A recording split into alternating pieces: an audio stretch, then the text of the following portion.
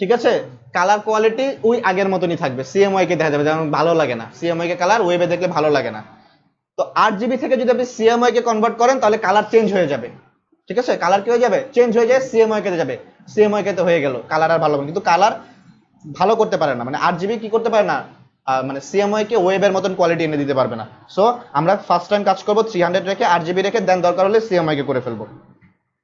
So আমি এটা print করব, সিএমওয়াই কে করে দিলাম, আমার উইথ ছিল 6, হাইট ছিল 4, এবং এটা হচ্ছে কালার। আমি ব্যাকগ্রাউন্ড কালারটা কি রাখবো, আমার ডিফল্ট কালার হোয়াইট, আমি হোয়াইটই রাখবো, আপাতত চেঞ্জ করার দরকার নেই, এখানে অনেক কালার দেখতে পারতেছি, এগুলো আমার দরকার নেই, আপাতত কি রাখবো আমি হোয়াইট। সেখানে কিছুই না, আমি একটা নেম দিব, আমার হাইট উইথ বসাবো, ইঞ্চিতে না কিনা পিক্সেলে সেটা আমরা দেখে নিব, রেজুলেশন অবশ্যই 300 করে দিব সবসময়, আর সিএমওয়াই কে কালার দিব যদি প্রিন্ট করি, আর যদি ওয়েবের জন্য দেই তাহলে 8 জিবি দিব, আর হোয়াইট থাকবে, দেন ক্রিয়েট ডকুমেন্টস। নাও সিম্পল, আমার ক্রিয়েট হয়ে গেছে। সো এই যে ডক সাইজ নিচে দেখতে পারতেছি, এখানে ক্লিক করলে আমি দেখতে পারবো আমার ইনফরমেশন কি কি আছে, উইথ কত আছে, হাইট কত আছে, ইঞ্চিতে এবং পিক্সেলে বোথ দেখাচ্ছে, চ্যানেল 8 জিবি, রেজুলেশন 300। সো এখন এই ইমেজটাকে আমি যদি এই ইমেজে নিয়ে আসি, অটোমেটিকলি এটা 8 জিবি থেকে সিএমওয়াই কে হয়ে যাবে, অথবা যদি সিএমওয়াই কে থাকে তাহলে কি হয়ে যাবে, 8 জিবি হয়ে যাবে। বাট 8 জিবি হলে কোনো লাভ নাই, কালার চেঞ্জ হবে না। এখন এটা কি আছে, 8 জিবি। এখন এটাকে আমি কনভার্ট করতে যাচ্ছি, সাপোজ ধরেন এখানে কাজটা শেষ, আমি কনভার্ট করবো কিভাবে, simple, image mode, change colour to CMYK, then চাবে এরকম একটা ডায়লগ বক্স, ওকে করবেন।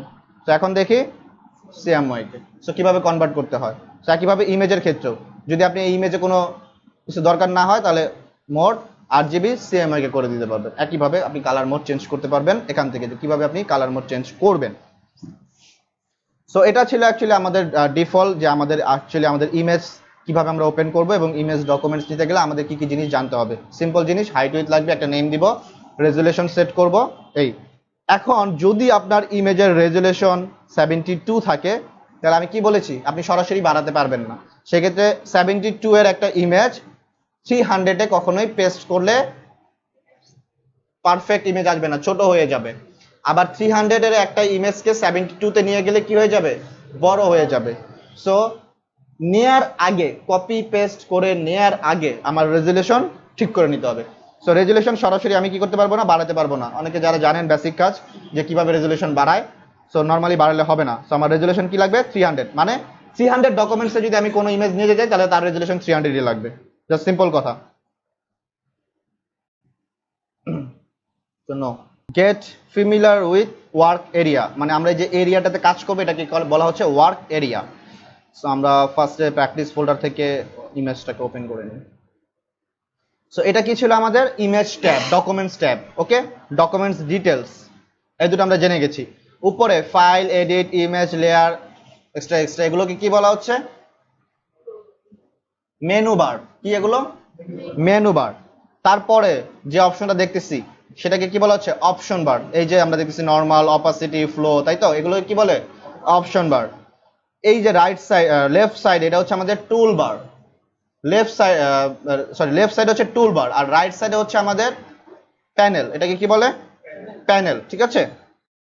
সো এইগুলো হচ্ছে আমাদের ওয়ার্ক এরিয়ার মধ্যে পড়ে। এখন আমি একটু দেখাই এগুলো অ্যাকচুয়ালি কিভাবে আপনি সেটিং করতে পারবেন, সেট আপ করতে পারবেন। সো লাইক আপনি এটাকে চাইলে মুভ করতে পারবেন, ওকে। টুল প্যানেল চাইলে কি করতে পারবেন, মুভ করতে পারবেন। এই যে একটা ছোট্ট একটা আইকন দেখেছেন, আইকনটা কি করবে, ওপেন ক্লোজ, মানে শো করবে অল, আর হাইড করবে, hide and show, hide and show, আপনার যেভাবে ভালো লাগে।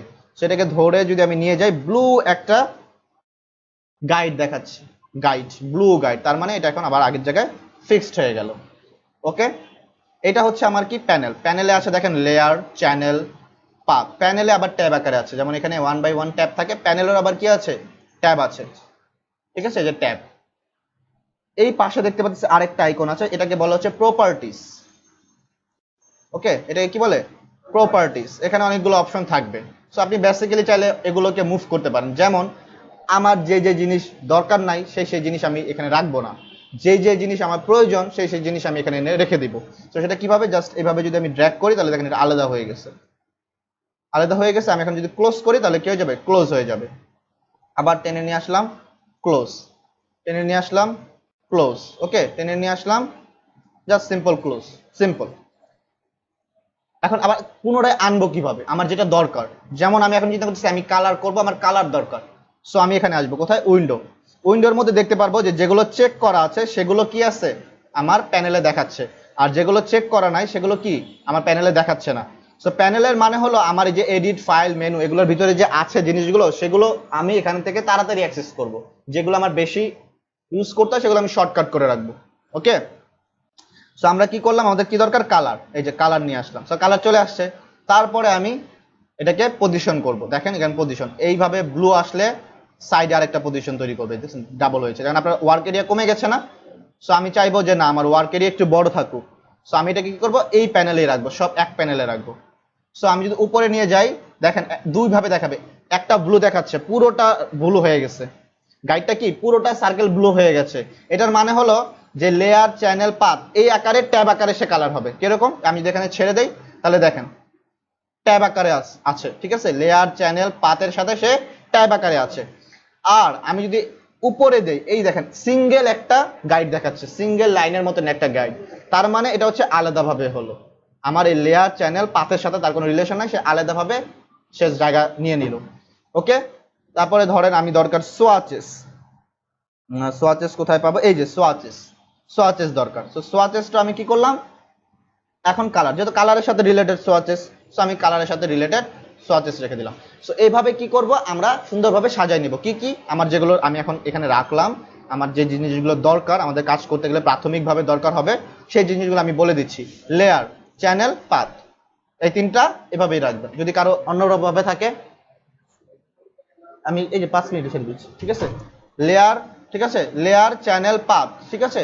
সো আমরা কি করতে পারবো, লেয়ার চ্যানেল পাথ থেকে আমরা এগুলো এভাবেই রাখবো, ঠিক আছে। কারো যদি এভাবে না থাকে তাহলে সেট করে নেবেন। তারপর কালার, সোয়াচেস এগুলো লাগবে, এগুলো সেট করুন। পরবর্তীতে আমরা আরো জানবো কি কি লাগবে, সেগুলো আমরা এখানে সেভ করে নিব। সো কোনো কিছু যদি না পাই কোথা থেকে আনবো, উইন্ডো থেকে। এখন আসি ওয়ার্ক স্পেস সেভ করা যায়, যেমন এটা দেখেন কি নামে আছে, GD2। এখন আপনি যদি আমি অনেক কিছু রিকারেকশন করেছি না, সব চেঞ্জ হয়ে গেছে না, সো এরকম তো হতে পারে আপনার পিসিতে কেউ চেঞ্জ করে দিয়েছে, অথবা শিডিউল অনুযায়ী কোনো অফিসে কাজ করা হলে এক একজন গ্রাফিক ডিজাইনার সেম পিসিতে বলবে, যার যেটা দরকার সে চেঞ্জ করে দেয়। তো যদি চেঞ্জ হয়ে যায় তাহলে আপনি যে রিসেট করলে আপনি পুনরায় ফার্স্ট টাইম যেভাবে সেভ করে রেখেছেন সেভাবে পাবেন। তো ফার্স্ট টাইম আবার চলে আসছে। সো আপনি কি করবেন, আপনার মতন করে সাজাবেন, ফার্স্টে সাজিয়ে তারপরে ওয়ার্ক স্পেস এসে সেভ করবেন, নিউ ওয়ার্ক স্পেস, ঠিক আছে। তারপরে আপনার নেম দিয়ে কিবোর্ড শর্টকাট সবকিছু দিয়ে আমরা কি করে নিব, সেভ করে নিব। যেমন আমি এখানে সেভ করতেছি BATCH ব্যাচ 3, তাহলে সেভ। তাহলে উইন্ডোজে আসলে দেখতে পারবো ব্যাস। তো যার যার নেমে বাসায় গিয়ে কি করবেন, ইনস্টল দেওয়ার পরে যা যা দরকার আমি দেখিয়েছি, কালার, সোয়াচেস আর এই জিনিসগুলো আমার দরকার নেই, তো এই জিনিসগুলো ক্লোজ করবেন, আগে ক্লোজ করবেন, আগে সেভ করবেন না, আগে ক্লোজ করে তারপরে সেভ করবেন, ঠিক আছে। তো সবাই বাসায় গিয়ে এই কাজটা করবেন।